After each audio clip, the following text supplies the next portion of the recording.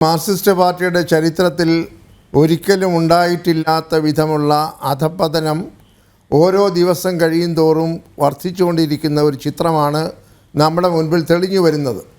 ഇപ്പോൾ ഏറ്റവും അധികം ആക്ഷേപം പാർട്ടിക്ക് ഉണ്ടാക്കി കൊടുക്കുന്നത് അല്ലെങ്കിൽ ഉണ്ടാക്കുന്നത് യഥാർത്ഥത്തിൽ പാർട്ടിയുടെ ശത്രുക്കളല്ല, പാർട്ടിക്കകത്തുള്ള അണികൾ ഉൾപ്പെടെയുള്ള ആളുകളാണ്.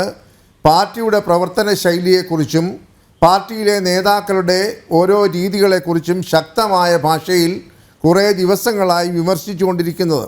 നമുക്കറിയാമല്ലോ, ഏറ്റവും ഒടുവിൽ ഇത്രയും പഠനത്തിന് വിധേയമായ പശ്ചാത്തലം, രാഷ്ട്രീയ സാഹചര്യം എന്ന് പറയുന്നത് ഈ കഴിഞ്ഞ പാർലമെൻറ്റ് തെരഞ്ഞെടുപ്പിലുണ്ടായ കനത്ത പരാജയമാണ്. ആ പരാജയത്തെ വിലയിരുത്തുന്നു എന്ന മട്ടിലാണല്ലോ ഇപ്പോൾ കേരളത്തിൻ്റെ ഒരറ്റം മുതൽ മറ്റേ അറ്റം വരെയുള്ള ജില്ലാ സമ്മേളനങ്ങൾ, ഏരിയ സമ്മേളനങ്ങൾ, ബ്രാഞ്ച് സമ്മേളനങ്ങൾ നടന്നുകൊണ്ടിരിക്കുന്നത്. അതിനെ സംബന്ധിച്ച് വരുന്ന റിപ്പോർട്ടുകളിൽ നാം വായിക്കുന്നത് എന്തൊരു കടുത്ത വിമർശനമാണ് അണികളിൽ നിന്ന് ഈ നേതാക്കൾക്കെതിരായിട്ടുണ്ടായിക്കൊണ്ടിരിക്കുന്നത്.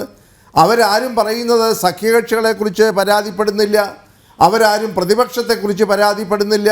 അവർ പരാതിപ്പെടുന്നത് ആരെക്കുറിച്ചാണ്? അവരുടെ തന്നെ പാർട്ടിയിലെ നേതാക്കന്മാരെക്കുറിച്ചാണ് അവർ പരാതിപ്പെട്ടുകൊണ്ടിരിക്കുന്നത്. കാരണം ഈ പരാജയത്തിൻ്റെ ഏറ്റവും പ്രധാനപ്പെട്ട കാരണം എന്ന് നാം എല്ലാവരും ആവർത്തിച്ച് പറഞ്ഞുകൊണ്ടിരിക്കുന്നത്, ഒന്ന്, താത്വികമായി പറഞ്ഞാൽ ഭരണവിരുദ്ധ വികാരം.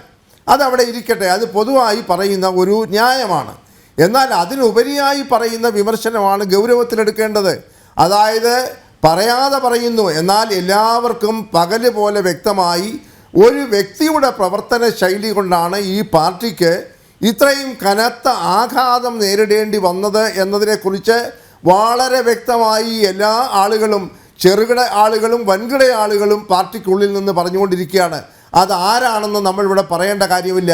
വായിക്കാൻ അറിയാവുന്നവർക്ക്, തിരിച്ചറിവുള്ളവർക്കെല്ലാം അറിയാം ആരെക്കുറിച്ചാണ് പറയുന്നതെന്ന്. എന്നാൽ കേൾക്കുന്നയാൾ പറയുന്ന ന്യായീകരണങ്ങൾ കേൾക്കുമ്പോൾ നമ്മളെയൊക്കെ അത്ഭുതപ്പെടുത്തി പോകും. രോഹിണി, മാർക്സിസ്റ്റ് കമ്മ്യൂണിസ്റ്റ് പാർട്ടിക്ക് ഒരു ചരിത്രമുണ്ട്, അവർക്കൊരു സിദ്ധാന്തമുണ്ട്, അവർക്ക് ചില തത്വസംഹിതയുണ്ട്. അതൊക്കെയാണ് നമ്മൾ നിങ്ങളുമൊക്കെ പഴയ കാലങ്ങളിൽ പഠിച്ചു വച്ചിരിക്കുന്നത്. എന്നാൽ അതിൽ നിന്നൊക്കെ എത്രയോ ബഹുദൂരം അകലെയാണ് ഇപ്പോൾ പാർട്ടി പോയിക്കൊണ്ടിരിക്കുന്നത് എന്നതിനെക്കുറിച്ച് എന്തിനാണ് മറ്റധികം തെളിവുകൾ? ഇപ്പോൾ അവരുടെ നേതാക്കൾ തന്നെ പറയുന്നില്ലേ, പണം ആർജിക്കുന്നതിനുള്ള അമിതമായ ആക്രാന്തമാണ് ഇപ്പോൾ പാർട്ടിയിൽ കാണുന്നതെന്ന് ഒരിക്കൽ പറയുന്നു. മറുഭാഗത്ത് പറയുന്നു, അനുദിനം ഇവരുടെ സമ്പത്ത്, നേതാക്കന്മാരുടെ, ചെറുകിട നേതാക്കന്മാരുടെ പോലും സമ്പത്ത് അനുദിനം വർദ്ധിച്ചുകൊണ്ടിരിക്കുകയാണ്. അവിടെയാണല്ലോ രോഹിണി ആനുഷാംഗികമായി സൂചിപ്പിച്ചത്. അതായത് കള്ളക്കടത്ത് കേസുകളിലാണെങ്കിലും ശരി, മയക്കുമരുന്ന് സംഘങ്ങളിലാണെങ്കിലും ശരി, ഈ പാർട്ടിയുമായി പ്രത്യക്ഷമായും പരോക്ഷമായും ബന്ധമുള്ള ആളുകൾ ബന്ധപ്പെട്ട് പ്രവർത്തിക്കുന്നിടത്തോളം കാലം പണം ആർജിക്കുന്നതിൻ്റെ വഴി തേടി പോകേണ്ട കാര്യമൊന്നുമില്ലല്ലോ. അപ്പോൾ അവിടെ കാണേണ്ട ഒരു സംഗതി, ആ നിലയിലേക്ക് വലിയ സൈദ്ധാന്തിക പാരമ്പര്യമുള്ള, വലിയ ആശയ പാരമ്പര്യമുള്ള ഒരു പാർട്ടി തകർന്നുകൊണ്ടിരിക്കുന്നു എന്നതാണ് ഏറ്റവും പ്രധാനപ്പെട്ട കാര്യം. എന്നാൽ തെറ്റുകൾ ചൂണ്ടിക്കാണിക്കുമ്പോൾ ആ തെറ്റുകൾ സമ്മതിച്ചുകൊണ്ട് ഇത് ശരിയാണ് എന്ന് മനസ്സിലാക്കി തിരുത്താൻ ശ്രമിക്കുന്ന ഒരു നേതൃത്വം ഇല്ലാത്തിടത്തോളം കാലം ഈ പാർട്ടിക്കുണ്ടാകാൻ പോകുന്ന അപജയം എനിക്കോ രോഹിണിക്കോ നിർണ്ണയിക്കുന്നതിനപ്പുറമായിരിക്കുമെന്നതിനെക്കുറിച്ച് യാതൊരു സംശയവും വേണ്ട. ഓരോ മേഖലയിലും ഉണ്ടായിരിക്കുന്ന ആരോപണങ്ങളെക്കുറിച്ച് നമുക്കിനിയുള്ള സമയങ്ങളിൽ നമുക്ക് പറയാം. ഇപ്പോൾ തന്നെ അസംബ്ലി നടന്നുകൊണ്ടിരിക്കുമ്പോൾ അദ്ദേഹം നടത്തുന്ന ന്യായീകരണങ്ങൾ നമ്മൾ ഓരോന്നായി കണ്ടല്ലോ. ഇവിടെ ഏറ്റവും ഒടുവിൽ കാര്യവട്ടം ക്യാമ്പസിലുണ്ടായ, ഞാനതിൻ്റെ രാഷ്ട്രീയത്തിലേക്ക് പോകുന്നില്ല, കാര്യവട്ടം ക്യാമ്പസിലുണ്ടായ ഒരു അതിക്രമത്തെക്കുറിച്ച് ഒരു നിയമസഭയിൽ ഒരു അംഗം ചോദിച്ചപ്പോൾ അദ്ദേഹം പറഞ്ഞു, അവിടെ പുറത്തു നിന്നുള്ള ആളുകൾ ഈ ഹോസ്റ്റലിൽ കയറിയത് കൊണ്ടാണ് അവിടെ യഥാർത്ഥത്തിൽ ഈ പ്രശ്നമുണ്ടായത് എന്ന് അദ്ദേഹം ഉത്തരമായി നൽകുന്നു. അതിന് തൊട്ടു മുമ്പാണ് രോഹിണി, അതായത് ജൂലൈ മാസം 1-ാം തീയതി കേരളത്തിലൊരു മഹാസംഭവമാണല്ലോ ഉന്നത വിദ്യാഭ്യാസ മേഖലയിൽ ഉണ്ടായത്. ദശാബ്ദങ്ങളായി ഇവിടെ നിലനിന്നിരുന്ന ഒരു വിദ്യാഭ്യാസ സമ്പ്രദായം, അതായത് ത്രിവത്സര ഡിഗ്രി കോഴ്സ് മാറ്റി 4 വർഷ ഡിഗ്രി കോഴ്സിൻ്റെ ഉദ്ഘാടനം പെരുമ്പറയടിച്ചുകൊണ്ടാണ് കേരളത്തിൽ നടന്നത് ഈ കഴിഞ്ഞ ജൂലൈ 1-ാം തീയതി. ബഹുമാനപ്പെട്ട മുഖ്യമന്ത്രി തിരുവനന്തപുരത്തെ വിമൻസ് കോളേജിൽ ഈ സമ്പ്രദായം ഉദ്ഘാടനം ചെയ്യുമ്പോൾ അതേ സമയത്ത് കൊയിലാണ്ടിയിലെ ഒരു കോളേജിൽ എന്താ നടന്നുകൊണ്ടിരുന്നത്? പ്രിൻസിപ്പലിൻ്റെ കരണത്തടിയും അദ്ദേഹത്തിൻ്റെ കൈ അടിച്ചൊടിക്കലുമാണ്. നമ്മളെല്ലാവരും കണ്ടല്ലോ. നിങ്ങളുടെ ലൈബ്രറിയിൽ ആർക്കൈവ്സിൽ അതുണ്ടല്ലോ.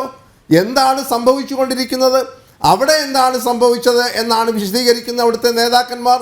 അവിടെ പുറത്തു നിന്നുള്ള ആളുകൾ അതിനകത്ത് പ്രവേശിച്ചപ്പോൾ അവിടുത്തെ പ്രിൻസിപ്പൽ പറഞ്ഞു, നിങ്ങൾ ഇവിടെ ഇരിക്കേണ്ട ആവശ്യമില്ല, നിങ്ങളുടെ സാന്നിധ്യം ഇവിടെ ആവശ്യമില്ല എന്ന് പറഞ്ഞപ്പോഴാണല്ലോ അവിടെ ഈ കയ്യാങ്കളി നടന്നതും ഈ പ്രിൻസിപ്പലിൻ്റെ കൈ അടിച്ചൊടിച്ചതും. അതിനുശേഷം രോഹിണി ഉൾപ്പെടെയുള്ള ആളുകൾ, കേരളത്തിൻ്റെ പൊതുസമൂഹം, അവിടുത്തെ പ്രാദേശിക നേതാക്കൾ നടത്തിയ കൊലവിളി പ്രസംഗം നെഞ്ചത്തടുപ്പ് കൂട്ടും. 2 കാലിൽ പ്രിൻസിപ്പൽ ഇതിനകത്ത് കയറാൻ പോകുന്നില്ല. പ്രിൻസിപ്പൽ കയറുകയാണെങ്കിൽ പോലീസുകാർ മാത്രം വന്നാൽ പോരാ, 2 ആംബുലൻസ് കൂടെ കൊണ്ടുവന്ന് പറയണമെന്ന് അവിടുത്തെ SFIയുടെ പ്രാദേശിക നേതാവ് ആ കോളേജിൻ്റെ പടിക്കൽ നിന്ന് ആക്രോശിക്കുമ്പോൾ കൈയടിക്കുന്നതായിട്ടുള്ള, ചിരിച്ചുകൊണ്ട് നിൽക്കുന്നതായിട്ടുള്ള പോലീസ് സേനയുടെ ചിത്രവും ഈ കേരളത്തിലെ പൊതുസമൂഹം കണ്ടിട്ട് അധികം നാളുകളായിട്ടില്ല. ഈ തരത്തിലേക്കുള്ള സംഭവങ്ങൾ നമ്മുടെ കണ്ണിന് മുമ്പിൽ നടക്കുമ്പോൾ ഇത് പാടില്ല. ഇങ്ങനെ പോയി കഴിഞ്ഞാൽ ഇതിനേക്കാൾ വലിയ തിരിച്ചടി ഉണ്ടാകാൻ പോവുകയാണ്. ഇനിയും തദ്ദേശ സ്വയംഭരണത്തിലേക്കുള്ള തെരഞ്ഞെടുപ്പ് വരുന്നു, 26-ൽ അസംബ്ലിയിലേക്കുള്ള തെരഞ്ഞെടുപ്പ് വരുന്നു. പാർട്ടിയുടെ മേൽവിലാസം പോലും നഷ്ടപ്പെട്ടു പോകും.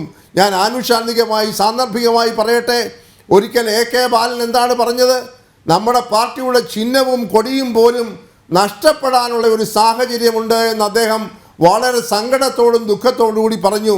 അതിന് അദ്ദേഹം മറുപടി പറഞ്ഞു, അദ്ദേഹം തന്നെ ബാക്കി പറഞ്ഞ കാര്യം പറയുന്നില്ല.